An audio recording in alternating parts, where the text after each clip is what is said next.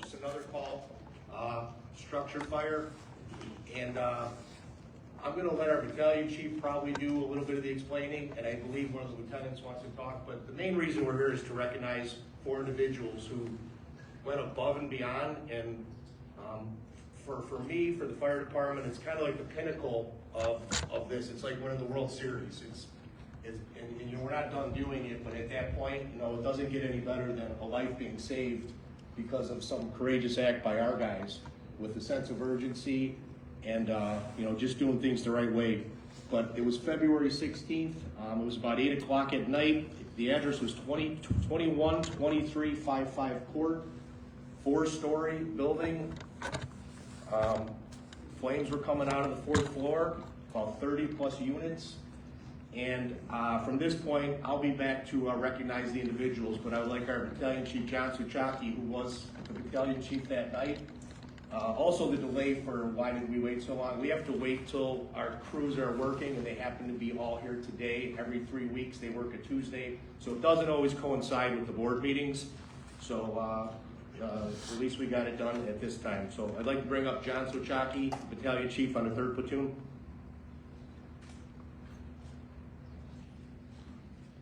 Good morning, Mr. Town President, Town Trustees. I'd like to, as Chief Fenstoff described, we did have a fire at the residence that he talked about. 4 individuals stood out at this fire. They went above and beyond any normal duties that they had. One of them being, was just to start off with the fire, pulled up on the scene, 4-story, flames coming out of the Bravo side of the building, the 4th floor. We had a female victim hanging out the window with flames and smoke coming out from above her head. At that time, truck 2 arrived, or actually engine 2 arrived first on the scene.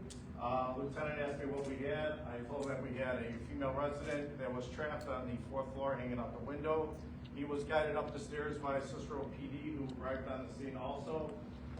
At that time, truck 2 also arrived on the scene. They came to the B side of the building, which was the north side of the building, with a ladder, 35-foot extension ladder. They threw the extension ladder up to the female victim. They climbed up the ladder and went into the window. At that time, the female was no longer present, showing from the window. Unbeknownst to us, we thought she was overcome with the smoke and the flames. At that time, Lieutenant Erickson made his way into the apartment building through the fire without a charged hose line.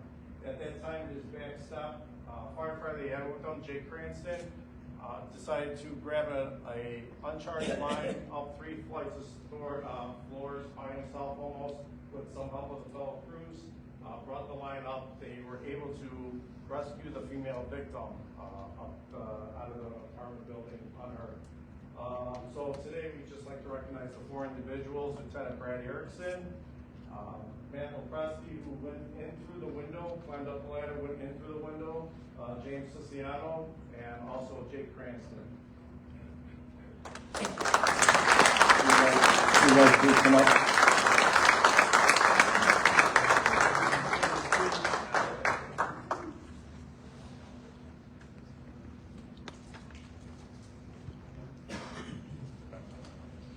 Lieutenant Erickson would like to say a few words. Good morning, President Dominic, Board of Trustees. Can I face you guys? Can I face them? Does it matter? Pardon? Does it matter if I face you guys or face them? You guys care? I'll face you guys. All right. My name is Lieutenant Bradley Erickson. I've been a member of the Cicero Fire Department for 20 plus years. Fun fact, for anyone who has been a firefighter for 20 plus years, has worked a minimum of 1,968 24-hour shifts. Since being a firefighter, not only myself, but all firefighters are often asked a series of questions. I would like to take a moment to clarify and our sisters. There's a particular question as firefighters that sticks out to us that I would like to go over the most, and that is, why do we do what we do? No one calls 911 because they're having a good day. It's often because they need help, because they're sick, or they're in a dire situation. One of the hardest parts about being a police officer, a firefighter, or a paramedic is seeing people on a daily basis that are in a dire need, and seeing them that are sometimes having the worst moments of their life. That is taxing on our soul and our mental health. Sadness, because it was going to be me to have to break the bad news, to her son-in-law that she was no longer with us. Then all of a sudden, Miss Garcia opens her eyes. She says, "Took you long enough, I've been here for 3 days." I was elated with joy. I ran to the back window, I screamed outside, "She's alive, she's alive." I ran back to the front of the house, opened up the doors so the paramedics, police, my lieutenant, and the son-in-law could come inside. While waiting for them to come up the 3-story floors, I had asked Ms. Garcia, I said, "Can I get you a glass of water?" And she replied, "I've been in the bleeping bathtub for 3 days. What makes you think I need some water?" I said, "Touche." So, Ms. Garcia went on to actually live an additional 10 years, which is awesome. But it's moments like that I'm glad we do this job. And having brothers like this, all others out. Thank you for your time.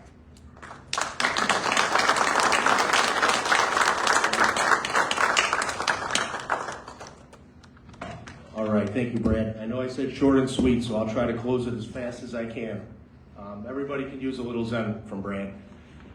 So at this time, we talked about it, and we knew that Brad was the main, the hero that actually saved the life, but getting all the reports of how the scene went down, we felt that the others in pairs of two. So the first 3 awards we're going to be given is, it's called a citation for an incident. It just is about the bravery, courage, and honor for the fire department. So the first 3 awards are just a citation in the fire service to acknowledge. And then Brad will receive a separate one. So if I could have Jay Cranston come up.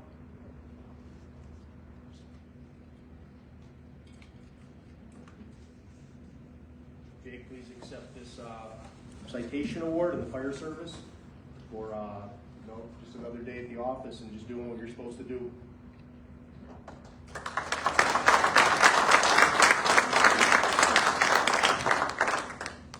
All right, engineer Matt Lopresti. He was on truck 2. They climbed up that ladder. And when John Sochaki was talking about that ladder, they call it a banger in the fire service. It's extremely heavy. You usually need 3 or 4 guys. But as you heard, she dissipated back, and then Brad went in the other way. So it was a big team effort. So if Plan A didn't work, we had a Plan B in place. So Matt, thank you for your courageous work that day, that night, and here's your citation award.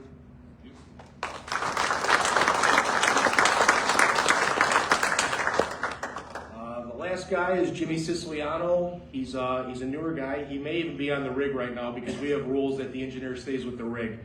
So we can just give Jimmy Siciliano an applause, and we'll tell him we clap for him.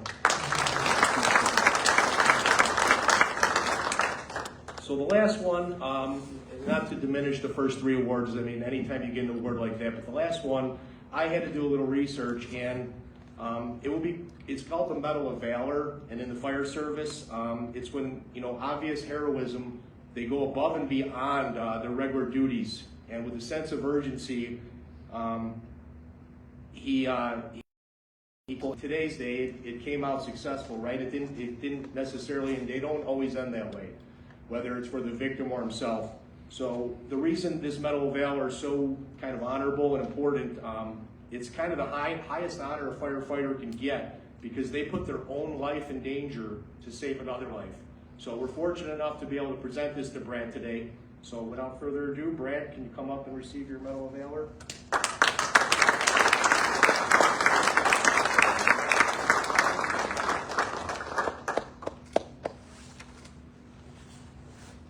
Oh, one more, guys. One more speech. And we did have a plaque made for Brad. It's a life-saving Valor Award. It's real nice, Brad. Oh, I forgot. It's nice. You can put this by your desk.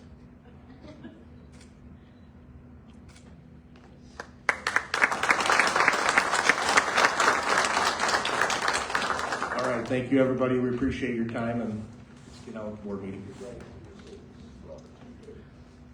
Thank you. That's why I always say we got the best police and fire department anyone could have.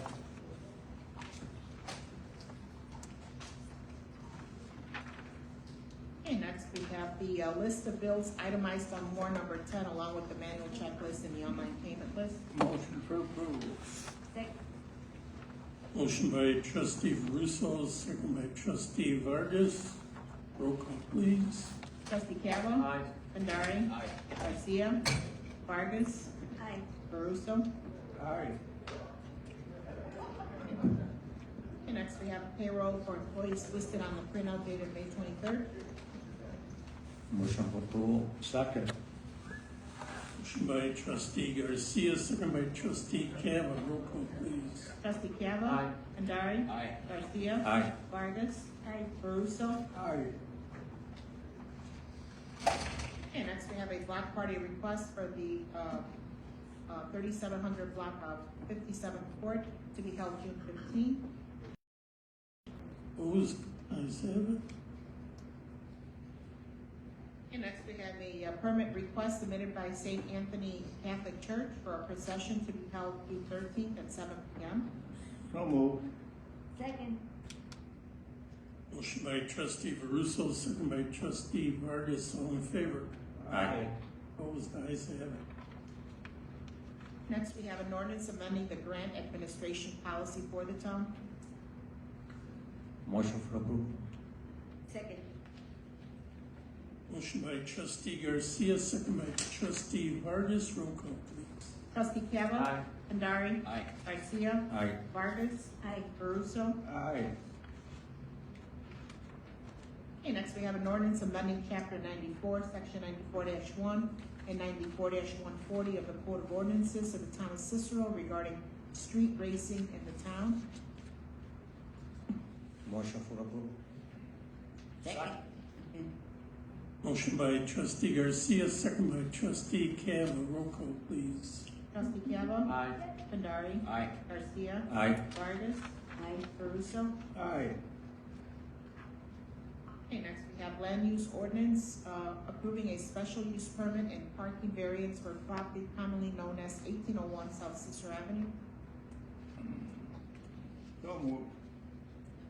Second. Motion by trustee Veruso, second by trustee Kavanaugh. Roll call, please. Trustee Cava. Aye. Andari. Aye. Garcia. Aye. Vargas. Aye. Caruso. Aye. Okay, next we have a resolution appointing certain members of the Board of Trustees of the town of Cicero to specific committees for the town. Motion to approve. Second.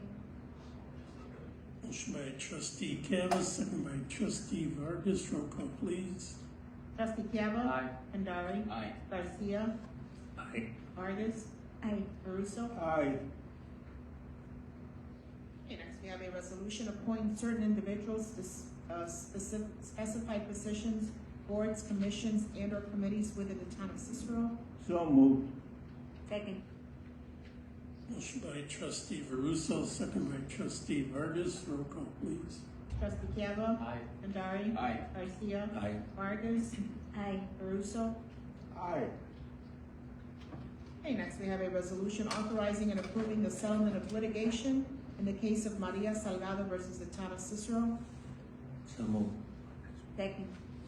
Motion by trustee Garcia, second by trustee Vargas. Roll call, please.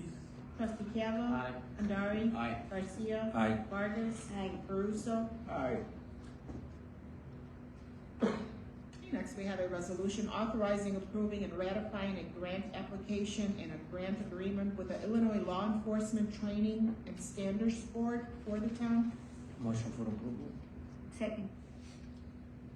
Motion by trustee Garcia, second by trustee Vargas. Roll call, please. Trustee Cava. Aye. Andari. Aye. Garcia. Aye. Vargas. Aye. Caruso. Aye.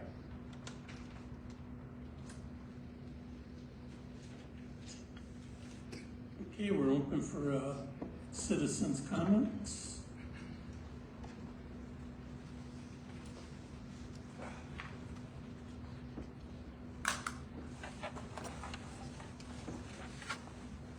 Hello, my name is Frank Crowd. I live at 5638 West Irving.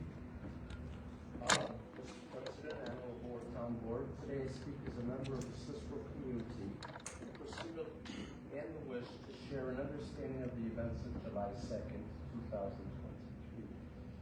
Looking back will help understanding and assist on moving forward. In 1849, Cicero was founded and encompasses 36 square miles. 1869, Cicero Incorporated developed an infrastructure serving the town, including Included were storm and wastewater conduits. In 1900, the sanitary ship canal opened.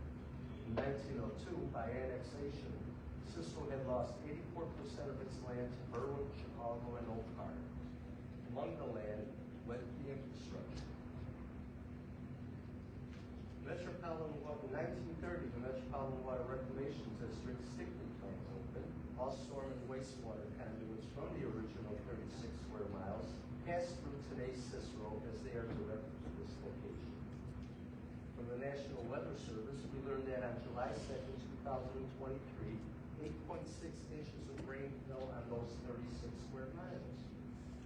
1 inch of rain on a square mile delivers 17.3 billion gallons of water.